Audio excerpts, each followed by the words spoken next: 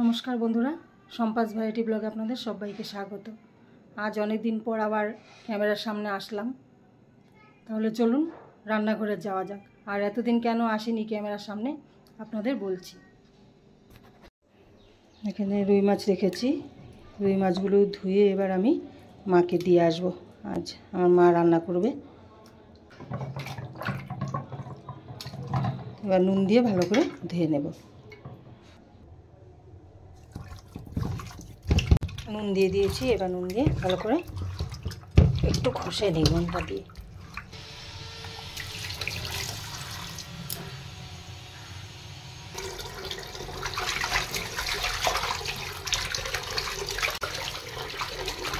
মাছগুলো এবার ধুয়ে আমি উঠিয়ে নিই। মাকে মাছটা দিয়ে চলে এসেছি ধুয়ে, হলুদ নুন মাখিয়ে। আর এখানে আমি পটল আর আলু চিংড়ি দিয়ে তরকারি একটা করব। আলু ভেজে নিচ্ছি। এই রান্নাগুলো কারণ আছে, আমি পরে বলছি আপনাদের। আলু ভেজে তুলে নিয়েছি। আর এখানে পটল ভাজা করেছি, শাক করেছি। আর এবার আমি আলু পটল চিংড়ির জন্য পটলগুলো ভেজে নিচ্ছি।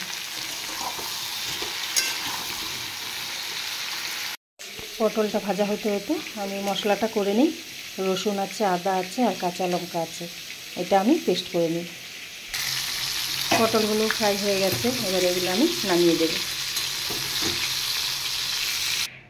পটল ভাজা নামিয়ে দিয়েছি। নামিয়ে তেল দিয়ে দিয়েছি। এবার আমি কুচিয়ে রাখা পেঁয়াজ দিয়ে দেব। এখানে আমি 4টে মিডিয়াম সাইজের পেঁয়াজ কুচিয়ে নিয়েছি। এবার আমি এটা দিয়ে দেব। পেঁয়াজটা দেওয়ার আগে আমি গোটা তেজপাতা, গোটা শুকনো লঙ্কা আর জিরে দিয়ে দিলাম, গোটা জিরে। এটা একটু ভেজে নেব, তারপর আমি কুচিয়ে রাখা পেঁয়াজটা দেব।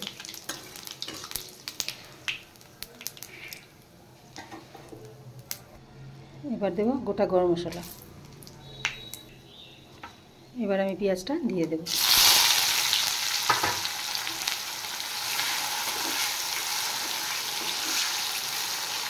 পটল ভাজলে কড়াইয়ের চারদিকে কালো হয়ে যায়।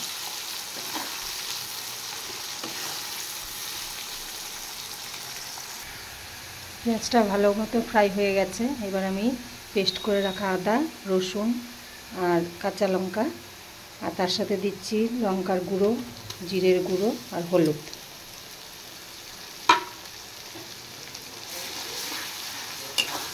আমি সব মশলা একসাথে দিয়ে দিলাম। এবার এটা আমি ভালো করে ফ্রাই করে নেব। নুন আর চিনিটা দিয়ে দিলাম। টমেটো দিয়ে দিচ্ছি। মশলাটা ফ্রাই হয়ে গেছে। এবার আমি জল দিয়ে দেবো পরিমাণ মতো।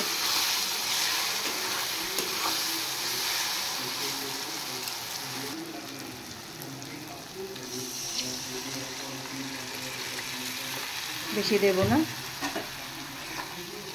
জলটা ফুটে উঠলে তারপর আমি আলু আর পটল দিয়ে দেবো। এবার ঝোলটা ফুটে গেছে। এবার আমি ভেজে রাখা পটল আর আলুটা দিয়ে দিচ্ছি।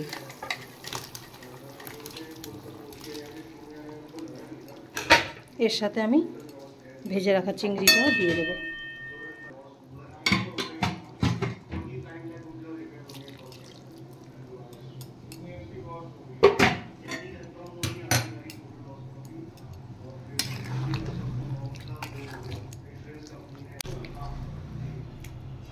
এবার এটা আর একটু হবে, ঝোলটা শুকিয়ে যাবে একটু। আলু পটল চিংড়ি তরকারি রেডি।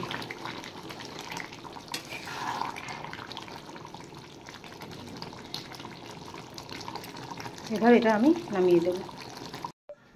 তাহলে আমার রান্না হয়ে গেছে, দেখলেন। আলু পটল আর চিংড়ি মাছ দিয়ে করেছি, আর শাক পটল ভাজা এগুলো করেছি। নিচে মা রান্না করছে মাছ, মাছের মাথা দিয়ে মুগ ডাল, আর কি কি করবে। মন মেজাজ একদম ভালো না, কারণ আপনারা যে ভিডিওতে আমার পিসি শাশুড়িকে দেখেছেন, বলতে পারছি না,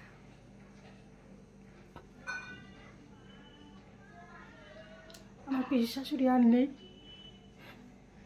উনি আজ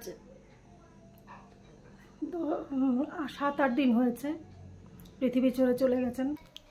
পরশু দিন পিসি শাশুড়ির সব নিয়ম কাজগুলো করা হলো। আর পিসি শাশুড়ি তো অ্যাকচুয়ালি আমাদের বংশের না এখন।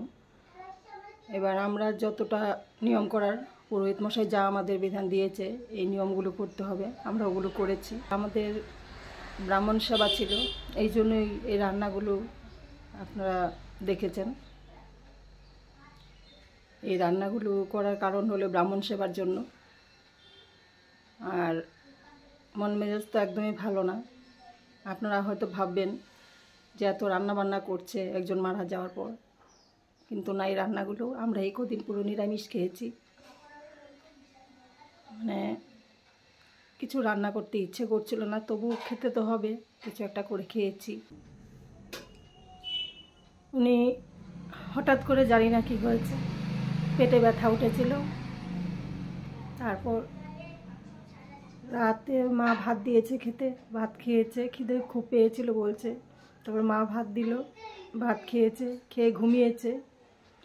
তারপর সকালে উঠে আমরাও জানি না, আমরাও রাতে উপরে, আমরা তো উপর দোতলায় থাকি, তো উপরে আমরা ঘুমিয়ে আছি, আর নিচে মা বাবা থাকে, আর একটা সাইডে পিসি শাশুড়ি আর পিসা শ্বশুর থাকে। তারপর এবার মা স্কুলে চলে যায় সকালবেলা ঘুম থেকে উঠেই। মা পিসিকে দেখেছে ঘুমিয়ে থাকতে, ভেবেছে এমনি হয়তো ঘুমিয়ে আছে, মা বুঝতে পারেনি। মা রেডি হয়ে স্কুল চলে গেছে। আর আগের দিন পেটের ব্যথায় মানে কষ্ট পেয়েছে একটু। আবার আমরা ডাক্তারকেও বলেছিলাম, ডাক্তার রোববারে আসার কথা ছিল, শনিবার দিন চলে গেছে পিসি শাশুড়ি। তারপর বাবা নিচে গেছে পিসিকে ডাকতে। বাবা পিসিকে, মানে আমার শ্বশুর পিসি শাশুড়িকে বুড়ি বুড়ি বলে ডাকে। এবার ডাকছে, কোনো উত্তর দিচ্ছে না দেখে পর বাবা আমাদের ফোন করলো। তখন আমরা ঘুমিয়ে আছি, সকালে তখন 6টা হবে, সকাল 6টা হবে। এবার ফোনটা ধরেছে, আমার বড়ি ধরেছে, ধরার পর জানতে পারলো যে পিসি কোনো উত্তর দিচ্ছে না, বাবা ডাকছে। তারপর আমরা তাড়াতাড়ি করে দৌড়ে নিচে গেলাম, গিয়ে দেখি আর পিসি নেই, পিসি চলে গেছে। তাই এতদিন ক্যামেরার সামনে আসিনি। আর এটা বলার কারণ হলো ভিডিওতে, কারণ আপনারা দেখেছেন 2বার না 3বার হয়তো দেখেছেন আপনারা ভিডিওতে আমার সাথে। এবার আপনারা হয়তো ভাবতে পারেন যে ওই ভদ্রমহিলা কোথায় গেল, তাই আপনাদেরকে আমি জানিয়ে দিলাম। আর এই জন্যই আমি এতদিন ক্যামেরার সামনে আসতে পারিনি। আজ থেকে আমি আবার শুরু করব। তাহলে আপনারাও আমার এই পিসি শাশুড়ির আত্মার সদ্গতির জন্য ঠাকুরের কাছে প্রার্থনা করবেন। তাহলে আমি আজকে ভিডিও এখানে শেষ করছি। দেখা হচ্ছে নেক্সট ভিডিওতে।